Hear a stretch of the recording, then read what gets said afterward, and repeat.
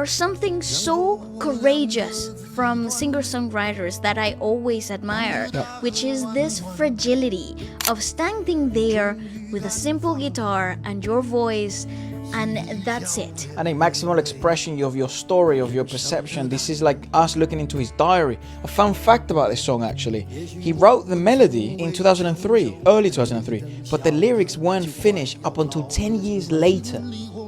Yeah, sometimes it takes that long to come to terms with the song. Holy That only is a little insight, like a peek behind the curtain of what composing it's like, and what actually, how much it means for the composer to bring the songs and stories to life. What is even more crazy is the fact that after that fragility is broken, that you listen to the musicians in the background, the screens are dropped, and you are right there with the open heart and this absolute bearing of your own soul, connected with this incredible beating heart there in on stage. This song is bloody perfect. It's phenomenal. I genuinely think we just found the perfect song. I think because it does things like, there's so much to talk about, because you can sectionalize the song. Let's fragmentalize the song, actually. So you have that first sort of 3 minutes, which, you know, most of the time,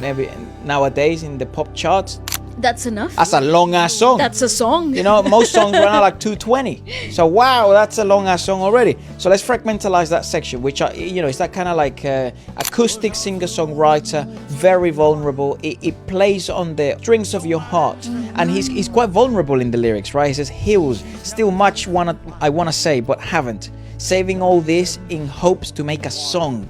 Come on, it took 10 years to write this. To make people hum alone. Putting mine slightly, even forgetting at last, it's still worth it. So very, very, you're looking into his own brain, you're looking into him opening his own diary, and you're maintaining that, you know, that principle of less is more through the acoustic guitar. We go into the middle section of the song, right, which you get the first big appeal. It's like, oh my God, there is percussion to this. Where's the band coming from? Where's the band coming from? That's more of like live. You see, you can have big shebang, you can have fireworks, you can have the showbiz aspect of music, but as long as you don't stray away from what music truly is, it will feel truly aligned, congruent, and with essence, with a soul. The problem with show business is that it loses the soul, because its purpose of it is not to create an impression or a reaction out of the crowd for the sake of the craft, it's to do it for the sake of the money. It is. You know, for the sake of the tickets, $72 million. You know what I mean? It's nothing to do with the craft, the soul. And then it goes into the later section of the song, right, in which it has the biggest reveal. It's like a story, it's like a movie. The plot twist has happened. Everything you're hearing is real, it's right there. And he proceeds to lyrics such as, "I can't stop looking back because of the insecure, asking things such as ignorance. I'm ashamed to ask for help. Not knowing tiredly climbing every mountain hill. Over the hill, through the hair are all silver already. Don't stop nagging, the sorrow and the non-stopping time flies by. Before seeing immortality to the heart's will, I lost myself first. Only after passing the hill. Then I realized that no one was waiting there.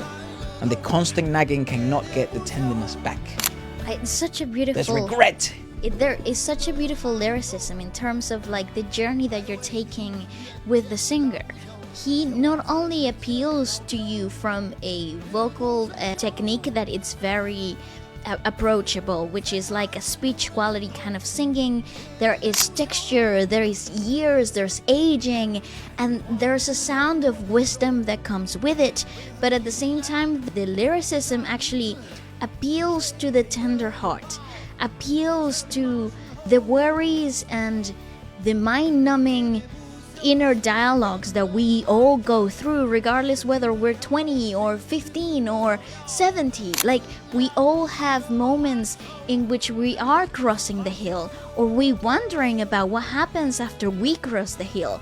And the ideas that are so well accumulated in the song, it really takes your breath away, and it's hard for me to put a specific way of explaining all of these emotions into speech. This Add is him- phenomenal. Add him to the No Part of a Cow Dong, Guo Ding, Omnipotent Youth Society list of go-to Chinese artists. This is the go. perfect song. Goodbye. Bye.